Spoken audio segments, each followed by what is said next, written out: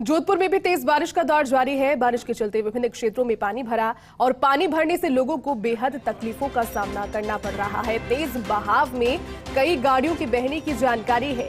नगर निगम को पानी निकालने में तकलीफें आ रही है। चौबाहों क्षेत्रों में बिजली का खंभा गिरने की सूचना, तो ये वो अव्यवस्थाएं जिनकी जानकारी और तस्वीरें देखिए। तस्वीरें किसी के घर की और किसी के घर के बाहर की, यानी कि अपने घर में भी अगर व्यक्ति पानी से घिरा हुआ है तो आप समझ सकते हैं कि कितना बड़ा संकट उस पर हो सकता है, क्योंकि ऐसे में इलेक्ट्रिसिटी से जुड़ी हुई जो चीजें हैं वो भी खतरनाक और साथ ही साथ कई हादसों को न्योता देती हुई ये तस्वीर।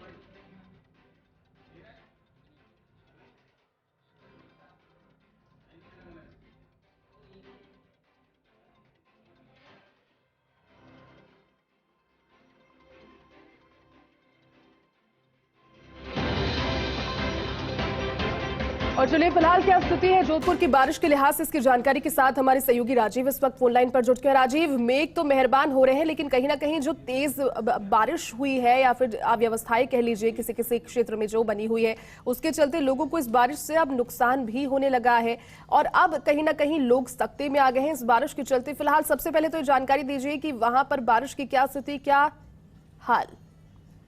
देखिए, राहत के साथ आहत जो बात कही जा सकती है इस वक्त अगर बात करें जोधपुर की, तो कल दिन में थोड़ी थोड़ी होती रही, लेकिन रात होने बाद में बारिश परवान पर आ गई। अभी सुबह इतनी अधिक बारिश हुई है कि कई इलाकों में पानी भर गया, चाहे अनाज मंडी हो, सब्जी मंडी हो, रेलवे स्टेशन हो, विभिन्न बस्तियां हैं, पुलिस लाइन परिसर है, क्षेत्र में विभिन्न क्षेत्रों में पानी भर गया है। हालांकि कलेक्टर हिमांशु गुप्ता ने स्कूलों के सरकारी और निजी स्कूलों का अवकाश घोषित कर दिया फिलहाल आज के लिए, और पुलिस कमिश्नर रविदत्त गौड़ बराबर फीडबैक ले रहे हैं। लेकिन जहाँ पानी भर गया और निकालने में बड़ी दुविधा हो रही है, क्योंकि और लगातार पानी, बारिश का दौर अभी भी जारी है। उस बारिश के दौर के बीच में लोगों को घरों से बाहर निकलना भी मुश्किल हो रहा है। अलग जो इलाके निचाई में हैं उस इलाकों में पानी ज्यादा भरा है। हालांकि जो समाचार जिस रूपनगर की मिल रहे हैं और बनार क्षेत्र की मिल रहे हैं, पुलिस लाइन की मिल रहे हैं, काफी पानी जो है भर गया। बीजीएस कॉलोनी की बात करें तो पानी की निकासी की कोशिश चल रही है, क्योंकि लोगों के लिए मुश्किल है कि इस वक्त अगर बारिश। बिल्कुल राजीव, और देखिए कहीं ना कहीं ऐसे समय में ज्यादा चिंतित वो अभिभावक होते हैं जिनके बच्चे स्कूलों में जाते हैं। कल भी ऐसी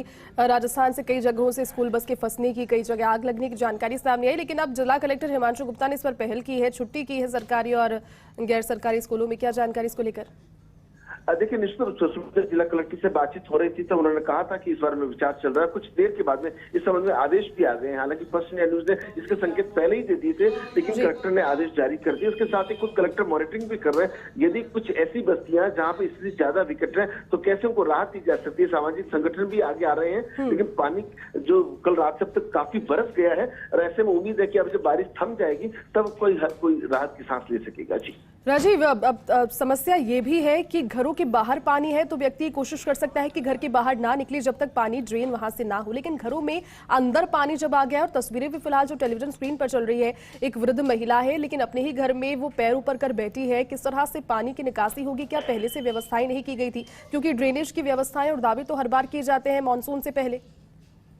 देखिए, ड्रेनेज को लेकर के पिछले 2 दशक से यहाँ के महापौर हैं, प्रतिनिधि हैं, अधिकारी हैं, कई बार विदेशों के भ्रमण तक करके आ गए, लेकिन ड्रेनेज की समस्या का समाधान नहीं है। चौपास है, हाउसिंग बोर्ड है, पाल रोड है, शास्त्रनगर है, रातरड़ा है और कई बनाड़ का इलाका, खितनाडी का इलाका है, उन इलाकों में ड्रेनेज इतना जबरदस्त गड़बड़ किया हुआ है कि नाला कहाँ है और सड़क कहाँ पता नहीं चलता। सड़कें कई बह भी गई हैं और बारिश के कारण काफी नुकसान हुआ, लेकिन एहतियात के तौर पर प्रशासन अपने स्तर पर, पुलिस प्रशासन जो सूचना मिल रही है, एक सिटी के क्षेत्र में एक दीवार गिरने की सूचना आ रही है। हालांकि कोई जनहानि नहीं हुई है, लेकिन कुल मिलाकर कहा जा सकता है कि अव्यवस्थाओं की पोल खुली है। थोड़ा सा पहले और अच्छे से मेहनत कर ले तो ड्रेनेज कम से कम 2-2 नगर निगम में 2-2 महापौर यहाँ पर जब बैठते हैं, यहाँ से 10-10 विधायक आते हैं, 2-2 MP आते हैं, फिर एक राज्यसभा सदस्य है, एक लोकसभा सदस्य, तो ऐसे में सबको मिलकर के अगर कोशिश करते हैं, अगली बारिश से पहले अगर कोशिश करते हैं तो लोग कम से कम धन्यवाद तो देंगे। अभी तो राहत बिल्कुल, और बनता भी है ये सब काम करना, क्योंकि प्रदेश का दूसरा सबसे बड़ा शहर है जोधपुर और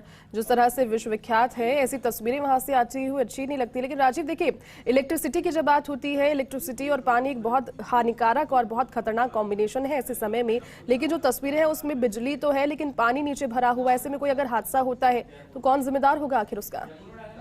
देखिए, निश्चित रूप से आपने बिल्कुल ठीक कहा। कई कुछ इलाकों में पानी, बिजली के पोल गिर भी गए हैं। हालांकि डिस्कॉम एमडी प्रमोद टाक ने कुछ इलाकों के अंदर बहुत ज्यादा पानी है, बिजली बंद करने के आदेश भी दे दिए, क्योंकि कहीं ना कहीं आपने ठीक कहा, आपस का पानी का और बिजली का जिस तरीके से आपस का खतरनाक कॉम्बिनेशन है, वो नुकसान नहीं हो जाए उसका ध्यान रखा जा रहा है। लेकिन कुल मिलाकर के व्यवस्थाएं जो फिलहाल, चूंकि जब तक बारिश नहीं थमती है तब तक कोई एजेंसी चाह कर भी कोई काम कर नहीं कर सकती, कोई भी बिजली के अधिकारी कर्मचारी कहीं पे भी चला करके पानी में उतर नहीं सकते। लेकिन कुल मिला के अब उम्मीद है पानी थोड़ा सा बरसना बंद हो, राहत मिले, तब कुछ ये जो आहत की समस्याएं हैं उनसे निपटा जा सके। राजीव, देर रात से बारिश ने क्या ब्रेक लिया है? अभी भी बारिश जारी है वहां पर निरंतर? अभी क्या जानकारी बारिश को लेकर?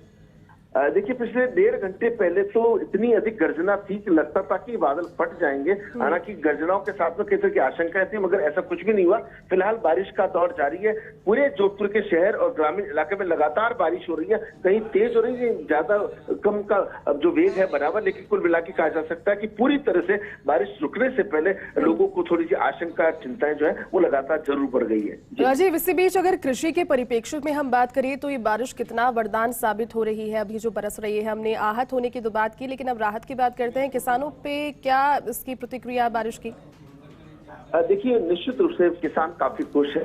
ये जुलाई और अगस्त का जो महीना होता है वो पूरी तरह से किसानों के लिए बहुत ही अच्छा होता है, लेकिन अति होती है, अति हमेशा खराब होती है। अगर फसलों को जितना पानी चाहिए वहां तक तो ठीक है, बहुत ज्यादा पानी आ जाए, मगर जब फसलें ही बह जाती है तो किसानों के चेहरे मुरझा जाते हैं। लेकिन ग्रामीण इलाके के जिस तरह के समाचार आ रहे हैं, औसत बारिश भी है, कुछ इलाकों में काफी तेज बारिश भी है, तो ऐसे माना जा सकता है कि जहाँ जितनी जरूरत थी वहां तक तो किसान खुश है। लेकिन कई जगह फसलें बह गई है और खूब सारा पानी इकट्ठा हो गया, वह उनके लिए जरूर नुकसान वाली बात है। लेकिन कुल मिलाकर के ये बारिश किसानों के लिए भी अच्छी मानी जाती है और आम जन तो उम्मीद करते ही हैं कि बादल खूब बरसे, खूब बरसे, खूब बरसे। जी, और बिल्कुल सुपर एक्सक्लूसिव तस्वीरें भी फर्स्ट इंडिया पर दिखा रहे हैं। आप देख पा रहे हैं किस तरह से तस्वीरों में एक गाड़ी अब ऑलमोस्ट तैरती हुई नजर आ रही है। और तस्वीरें उस समय भी दिखाई जब एक सब्जी मंडी में पानी इतना भर आया कि वहां पर जो लोग मौजूद थे उन्हें अपनी चीजों को इस तरह से बचा करके वहां से निकलना पड़ा। तो ये सारी तस्वीरें, लेकिन इंतजाम इनके बीच में कहाँ है, ये सवाल फिर भी।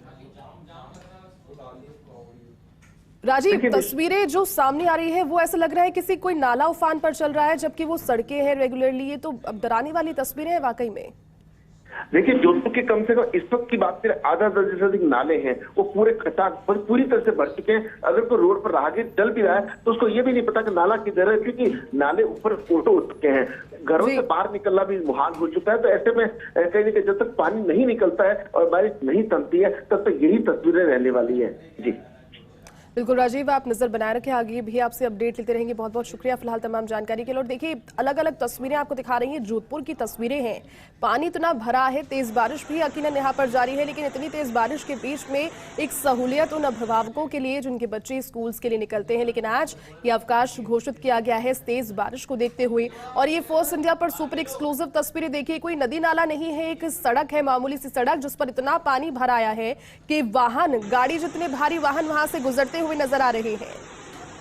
सवाल ये है कि ड्रेनेज के जो दावे किए जाते हैं उन दावों में कितनी हकीकत है। लेकिन तेज बारिश के चलते भी जो एडवांस व्यवस्थाएं होनी चाहिए, यानी कि अगर ये मान भी ले कि ड्रेनेज की व्यवस्थाएं वहां पर है, लेकिन तेज बारिश अगर हो भी गई तो एडवांस व्यवस्थाएं भी यहाँ पर होनी चाहिए थी। उतनी व्यवस्थाएं कितनी, सड़कें इस तरह से नदी नालों की तरह और किसी दरिया की तरह तो कम से कम ना दिखे, क्योंकि हादसों को न्योता देती हुई ये तस्वीरें साफ तौर पर।